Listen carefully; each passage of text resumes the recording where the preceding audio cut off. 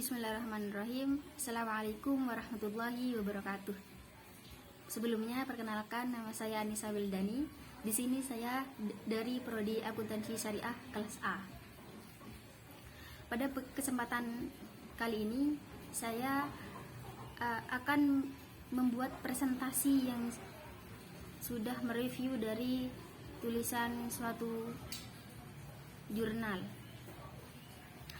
Tujuannya adalah untuk menyelesaikan UAS akhlak tasawuf. Maka dari situ, di sini saya mengambil suatu tema dari salah satu materi akhlak tasawuf, yaitu adalah tasawuf irfani, yang mana pengertian dari tasawuf irfani adalah mengungkapkan hakikat kebenaran atau kemakrifatan yang berasal bukan dari ilmu pengetahuan ataupun ilmu logika. Akan tetapi hal tersebut berasal langsung dari Sang Maha Pencipta atau Allah Subhanahu wa Ta'ala. Dan timbullah suatu mahabbah. Apa itu mahabbah? Mahabbah adalah suatu rasa cinta atau perasaan yang muncul dari hati. Bagaimana caranya agar kita bisa mahabbah yang benar kepada Sang Maha Pencipta? Yang pertama adalah kita menjauhi apa yang dilarang dan mengerjakan apa yang sudah ditetapkan atau sudah dianjurkan, suatu kewajiban. Dan yang pertama, yang paling utama adalah mengosongkan sesuatu perasaan yang ada di dalam hati dalam segala hal bentuk apapun, kecuali sesuatu yang berkaitan dengan Sang Maha Pencipta atau Allah Subhanahu wa Ta'ala. Secara bahasa, tasawuf irfani itu berasal dari kata arafah yang semakna dengan makrifat. Dan apa itu makrifat? Makrifat adalah sesuatu yang bertujuan langsung kepada objek pengetahuan. Maka dari itu, tasawuf irfani ini adalah mempunyai tingkatan yang sangat tinggi dibandingkan dengan tasawuf akhlaki. Karena tasawuf irfani ini menjelaskan lebih khusus mengenai keikhlasan sesama manusia. Dan seperti apa keikhlasan yang sungguh-sungguh keikhlasan? Karena ikhlas itu adalah suatu rahasia. Ikhlas itu adalah suatu kemurnian yang bagaimana tidak bisa dibuat-buat secara sembarangan. Dan ikhlas itu adalah sebagaimana kita itu bisa melakukan suatu hal yang belum kita lakukan. Dan dalam ajaran tasawuf irfani ini banyak sekali ajaran yang berkaitan langsung dengan seorang sufi perempuan, seorang sufi wanita yang sangat terkenal, yaitu adalah Rabi'atul Adawiyah. Yang mana Rabi'atul Adawiyah ini berasal dari negeri Basrah yang lahir sekitar 95 Hijriah. Rabi'atul Adawiyah ini dilahirkan dengan orang tuanya itu wafat pada saat ia masih kecil. Dan pada masa kelahiran Rabi'atul Adawiyah tersebut, pada masa Rabi'ah kecil di Basrah tersebut mengalami peperangan yang sangat dahsyat.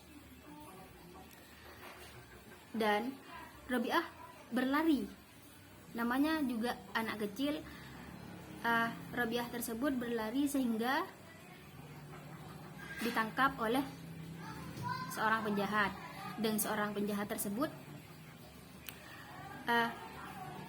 menangkap Rabi'ah dengan mempergunakan Rabi'ah dengan cara memperlakukan secara tidak kemanusiaan.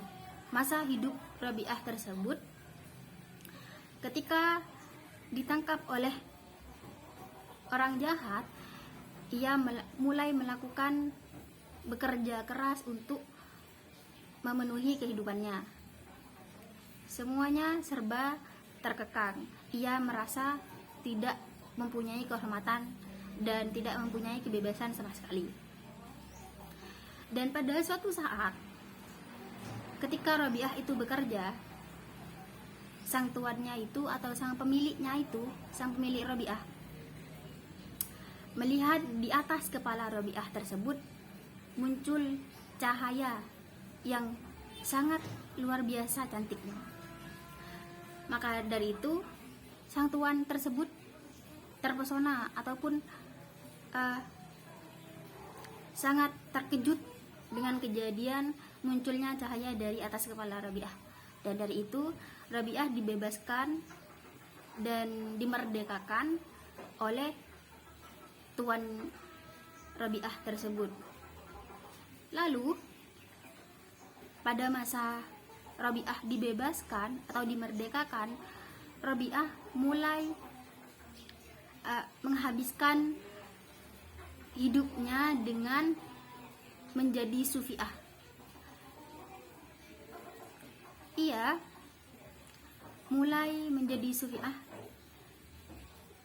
dengan cara ia tidak pernah memikirkan sesuatu tentang keduniawian.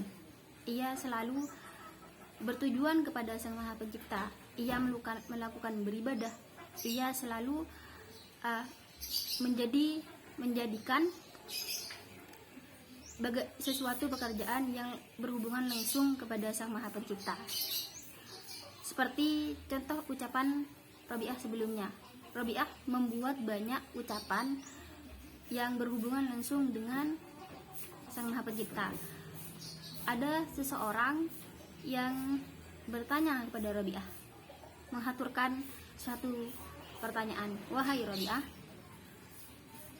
silahkan engkau minta apapun kepada saya. Apapun yang kau minta, insya Allah saya akan memberikannya sesuai dengan kemampuan saya." Lalu Rabi'ah pun menjawab, "Saya malu ketika saya meminta bukan langsung kepada sang pemiliknya, karena segala hal itu semuanya milik Allah Subhanahu wa Ta'ala." Rabi'ah menjawab seperti itu. Lalu ada juga ucapan suatu prakata dari Rabi'atul Adawiyah yang sangat mencengangkan bagi pembacanya, yaitu adalah Rabi'ah pernah berkata seperti ini, "Wahai Tuhanku, jika aku memujamu hanya untuk takut neraka, maka bakarlah aku ke dalam neraka tersebut. Dan jika aku beribadah kepadamu hanya mengharap untuk masuk surga, maka jauhilah aku dari surgamu. Dan wahai Tuhanku, sesungguhnya aku memujamu dan aku melakukan segala hal untukmu hanya